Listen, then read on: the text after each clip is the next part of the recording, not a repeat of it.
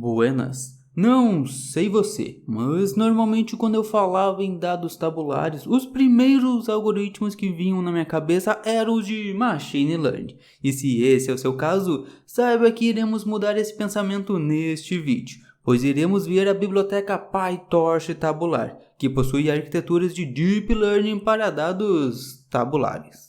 Vamos começar vendo o repositório onde deixei todo o código que iremos utilizar daqui para frente. Já adianto que não é um repositório novo, ele já andou aparecendo em outro vídeo onde falamos em como treinar modelos de Machine Learning utilizando a biblioteca Scikit-learn. Porém, fiz uma leve alteração, pois antes ele tratava só de Machine Learning, mas agora iremos aplicar também Deep Learning. Caso não saiba muito bem qual a diferença entre eles, pode conferir outro vídeo que temos no canal onde vemos as principais diferenças, além de como eles funcionam. Vamos utilizar principalmente um notebook chamado PyTorch tabular. Outros fatores mais específicos iremos comentar durante o vídeo. Já em relação às bibliotecas, foram utilizadas principalmente essas que estão na descrição. Agora, falando um pouco da biblioteca que iremos usar, ela tem como objetivo trabalhar com dados tabulares como entrada aplicando arquiteturas de Deep Learning, ou seja, podem ser passados como entrada valores numéricos ou categóricos, o que podem representar, por exemplo, medições de sensores, para ter uma saída como classificação ou uma regressão que consiste em um valor numérico. Enfim, tudo o que podemos fazer com Machine Learning, podemos fazer com Deep Learning. E sua instalação é bem simples. Basta executar pip install PyTorch tabular. Inclusive, se quiser acessar a documentação da biblioteca, pode descer no README e acessar neste link, o que eu recomendo fortemente, pois ela é bem completa e inclusive vamos ver bastante ela durante o vídeo para complementar nosso conhecimento. Uma parte bem legal é a aba How to Guides.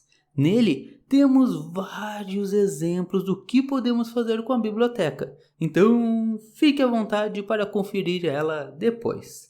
Com isso, estamos prontos para começar.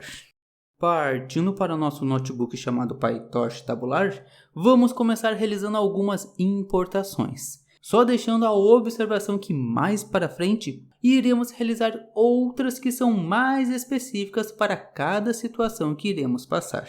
Já em relação ao dataset, temos 3 opções prontas como exemplo, e a primeira é um dataset fictício criado pela própria biblioteca do PyTorch tabular, podendo configurar o tipo que será classificação ou regressão, quantidade de dados, quantidade de colunas numéricas e colunas categóricas.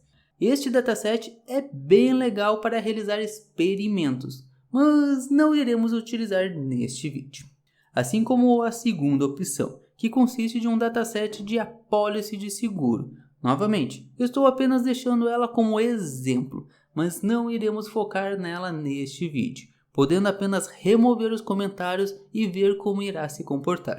O que realmente iremos usar é o Water Quality and Potability. Inclusive já usamos ele quando estudamos o Scikit-learn, no vídeo de Machine Learning. E consiste de um dataset com diversas métricas e o objetivo é dizer se a água é potável ou não. Como eu já realizei o download do dataset e adicionei dentro da pasta dataset, então vou apenas realizar a importação utilizando a biblioteca Pandas.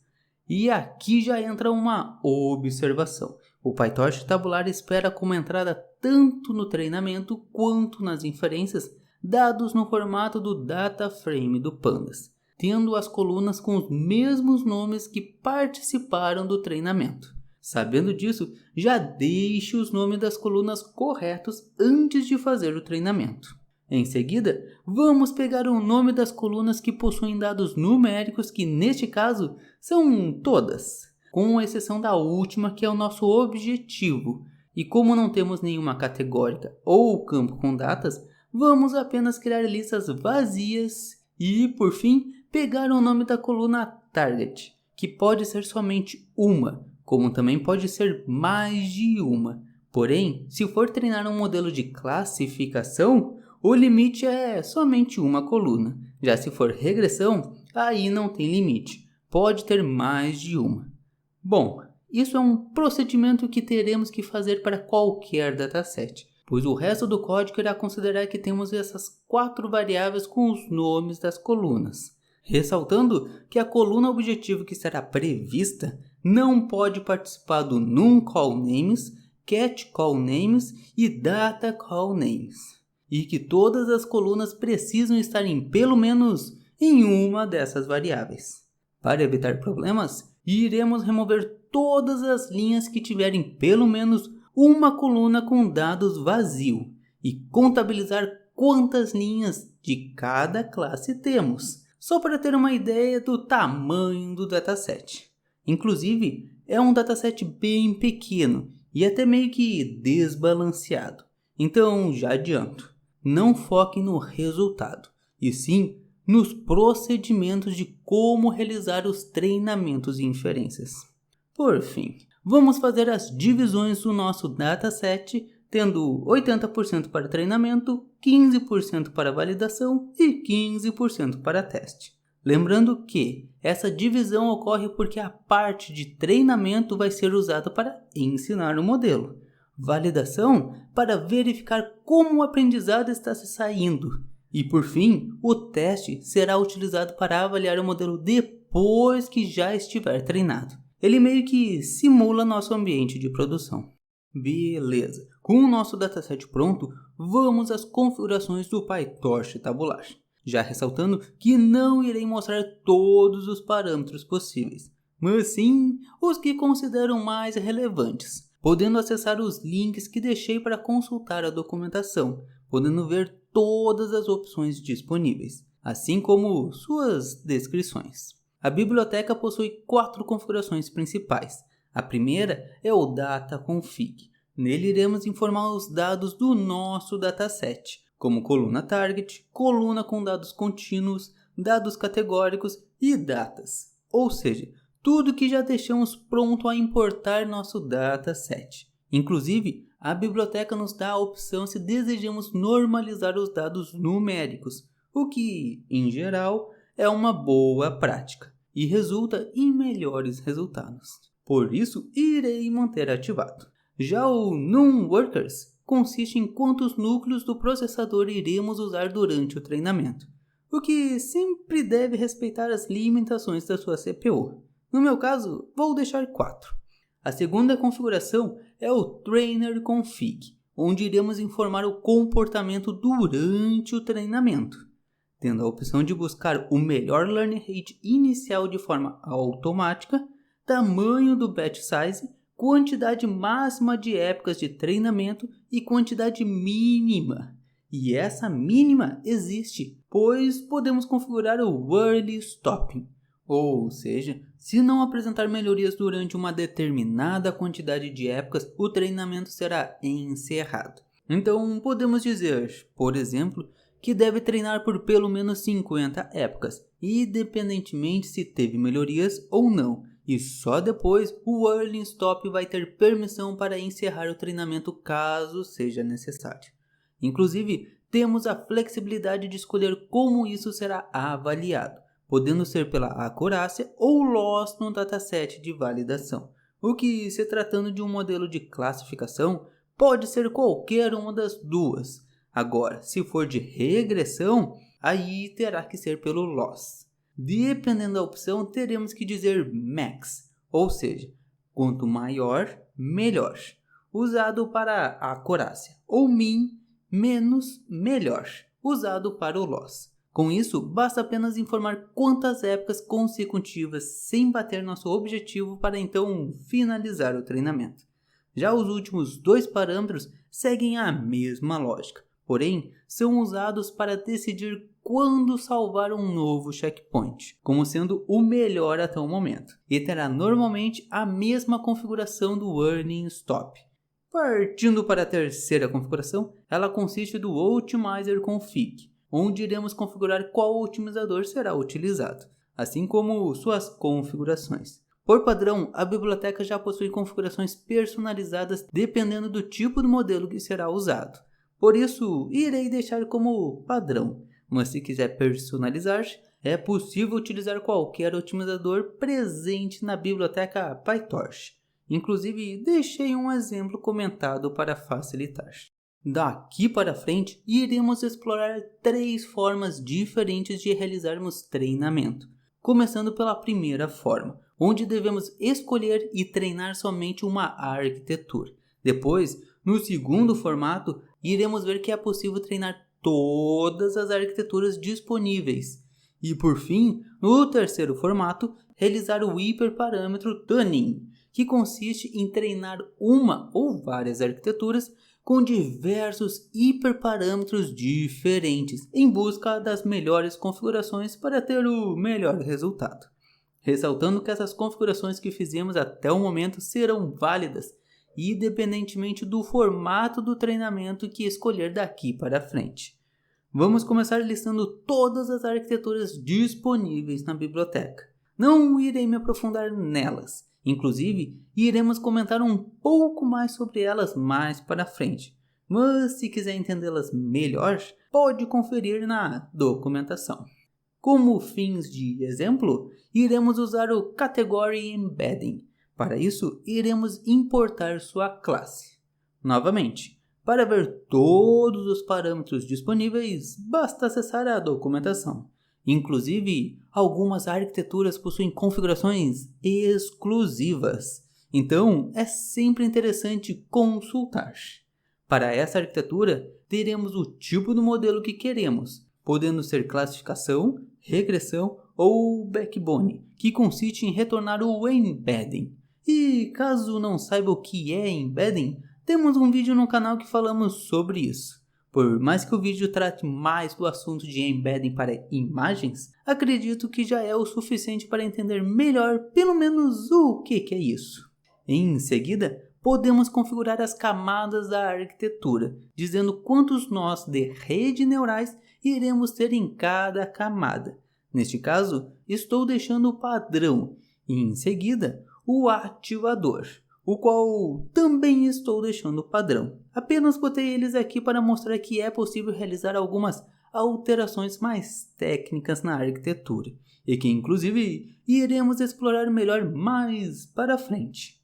Em relação ao Learn Rate, como configurei anteriormente para buscar o melhor valor ao iniciar o treinamento, nem vou ativar ele, mas caso tenha posto como false anteriormente, poderá escolher neste momento qual deseja utilizar.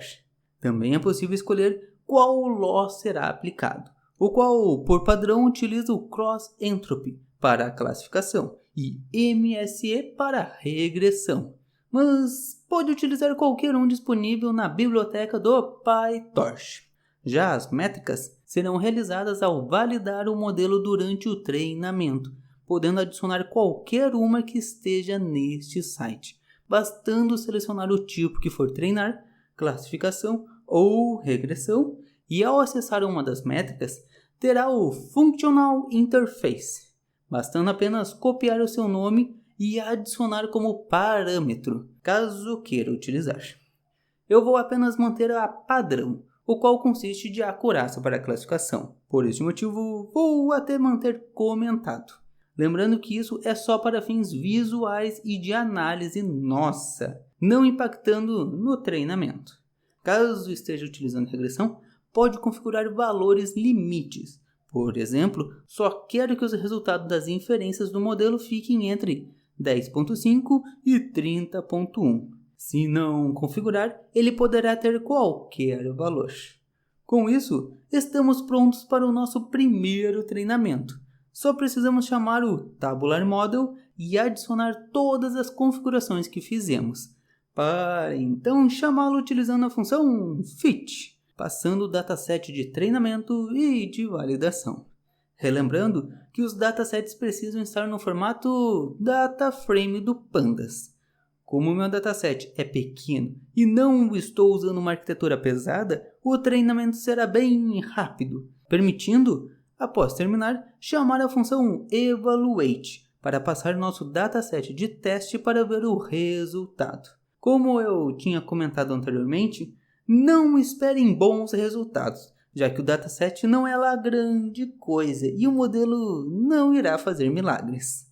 Até deixei o código de como salvar o melhor modelo em disco, o qual iremos comentar melhor sobre isso, como carregar e utilizar para inferências mais para frente. Vamos ser sinceros, é muito difícil escolher qual modelo usar e muito menos qual irá se sair melhor para o nosso cenário. Às vezes uma arquitetura é melhor e às vezes outra, depende de muitos fatores. Então, vamos facilitar nosso processo. Com o Model Swap da biblioteca, é possível treinar todas as arquiteturas com as configurações padrões, o que já irá nos dar um indicativo das melhores para o nosso cenário. Ao chamar Model Swap Presents, iremos ver todas as categorias disponíveis, que meio que podemos usar o Light, que possui somente arquiteturas pequenas e leves, evoluindo até o Full, que tem praticamente todas, com exceção da Node, que é gigante, pelo menos perto das outras. Já o High Memory, aí sim, será treinado todas as arquiteturas disponíveis. Então, pode escolher conforme o desejado. Já adianto, caso alguma delas seja grande demais para o seu hardware, não se preocupe. A biblioteca tem um mecanismo de segurança que irá pular o treinamento dela. Só lembre-se, quanto mais arquiteturas e quanto maior elas forem, maior o tempo total de treinamento. Para fazermos a configuração, não é muito diferente do modelo único que fizemos anteriormente, sendo necessário informar o tipo de saída, o dataset de treinamento e validação, as configurações que fizemos lá no começo, qual a categoria de modelos que desejamos usar. Neste caso, vamos usar todas que estão disponíveis, inclusive a mais pesada. Por fim, se desejamos mostrar tudo, que no caso vou simplificar, então vou deixar como falso. A diferença é que se deixar ativado, irá aparecer mais dados no output durante o treinamento. O output dessa função nos entrega duas informações. Uma é um data frame do Pandas, com os resultados, o qual iremos ver depois. E o outro é o nosso melhor modelo. Ao executar essa função, o treinamento de todas as arquiteturas já irão começar. E como demora alguns minutos para o meu mini dataset, irei aguardar terminar e já pular para quando estiver pronto. Com o treinamento pronto, podemos chamar a variável onde salvamos o melhor modelo, o qual funciona igual quando treinamos um único modelo anteriormente. Podemos chamar evaluate e passar o dataset de teste para ver o resultado. Já para ver o resultado de todas as arquiteturas no dataset de validação, podemos olhar para o dataframe que a função nos retornou. Só estou fazendo um tratamento, pois caso alguma delas não tenha sido possível treinar devido a não ter memória suficiente, ela retorna como OOM, que significa sem memória em inglês. Então, para evitar problemas, estou substituindo o texto por 0.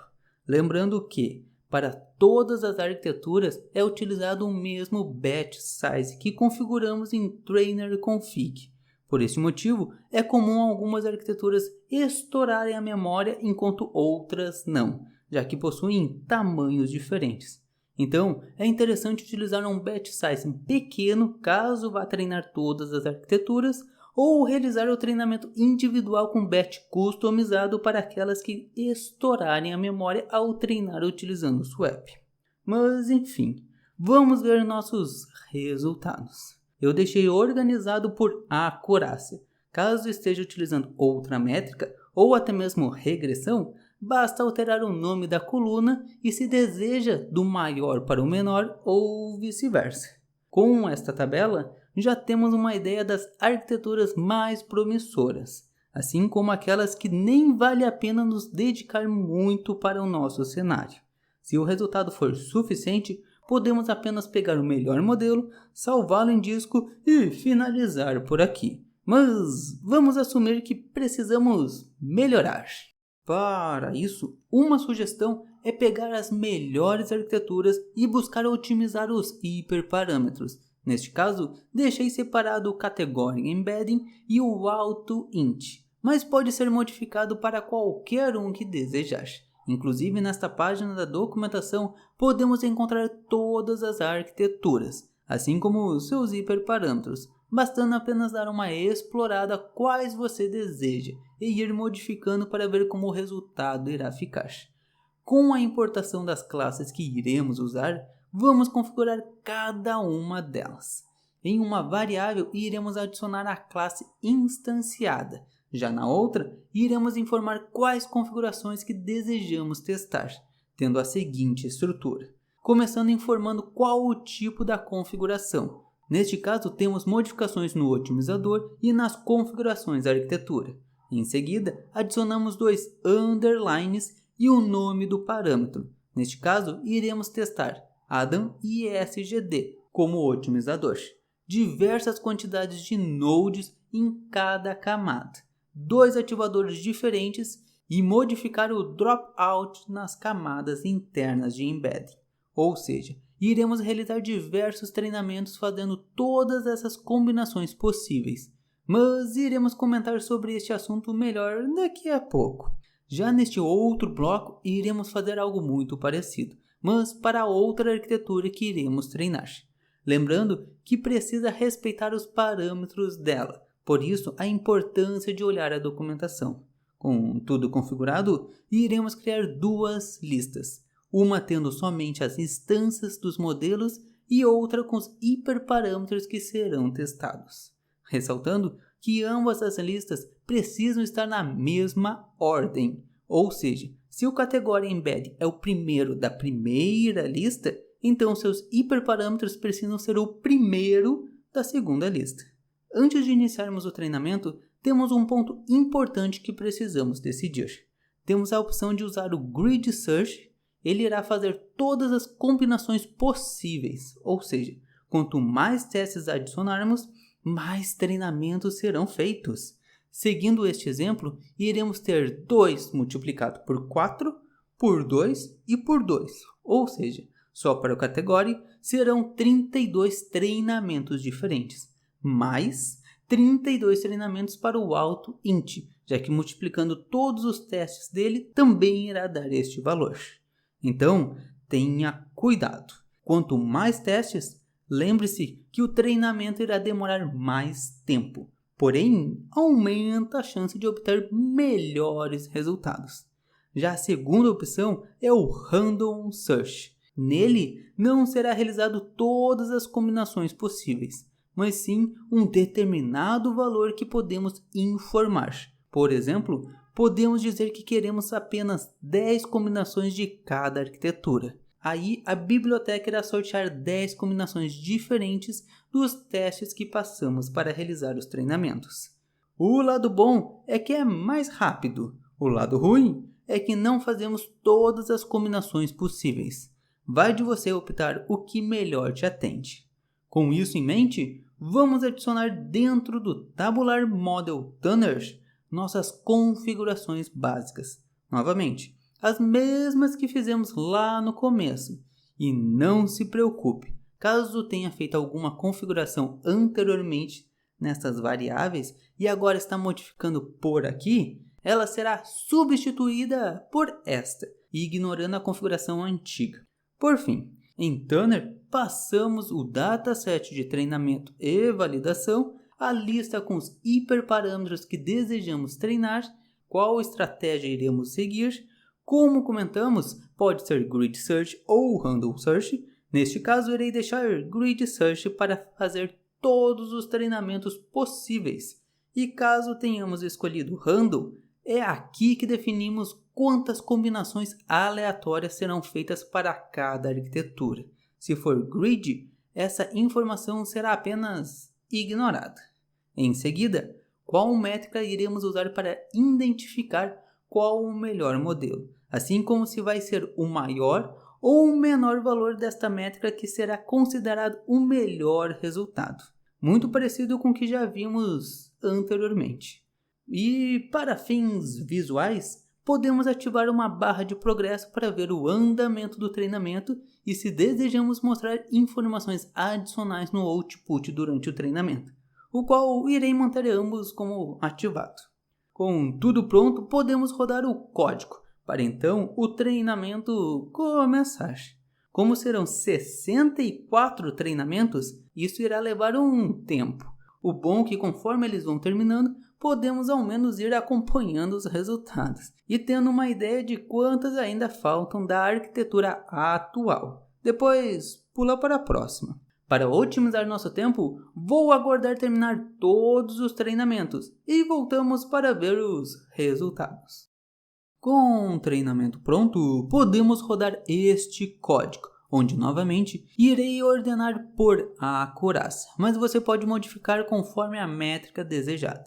Nele iremos ter em cada linha as configurações utilizadas naquele modelo, assim como a acurácia que ele obteve, nos dando uma ideia de quais hiperparâmetros se comportaram melhor.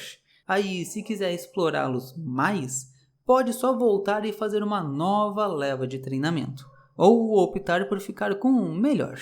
Inclusive, caso tenha percebido, alguns campos estão com valor none, que significa nulo. Isso ocorre porque aquelas configurações não estão presentes na arquitetura específica, e neste caso, o attn embedded in só existe na arquitetura auto-int, ou seja, é aquilo que comentamos. Existem configurações exclusivas para algumas arquiteturas.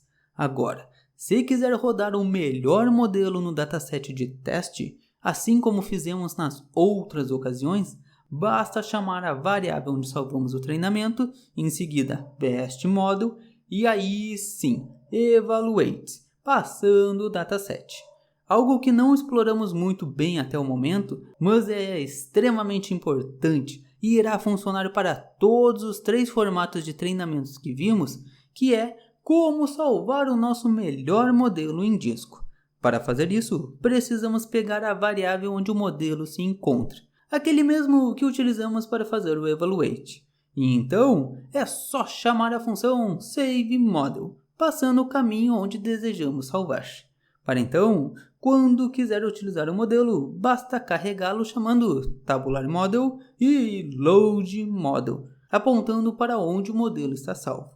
Com isso, já temos ele carregado. Vamos apenas simular uma inferência. Para isso, vou pegar uma linha com os dados presentes no nosso dataset WaterQuality e, assim como no treinamento, a entrada precisa ser um dataframe do Pandas, contendo exatamente as mesmas colunas, com os mesmos nomes, com exceção apenas da coluna Target, já que nas inferências não possuímos ela, e o objetivo é fazer a inferência do seu valor. Inclusive, podemos dar uma olhada como irão ficar nossos valores de entrada. Por fim, para fazer a inferência, basta utilizar a variável onde carregamos o modelo e chamar predict, passando os dados de entrada. Com isso, temos um dataframe como saída, e como treinamos um classificador, temos a probabilidade de cada classe e a classe predominante. Se quiser passar mais de uma linha para processar de uma única vez, basta adicionar mais elementos na lista como entrada. E a saída, consequentemente, terá mais linhas também. Chegando ao fim, não precisamos mais ficar presos em técnicas de machine learning para trabalhar com dados tabulares. Agora temos o Deep Learning ao nosso lado também. Só ressalto que é interessante também explorar os algoritmos de Machine Learning, pois em alguns casos eles ainda podem apresentar melhores resultados. Mas espero que tenha conseguido expandir suas possibilidades e que consiga resultados cada vez melhores. Com isso, podemos finalizar por aqui. E quem sabe, até a próxima. Foi.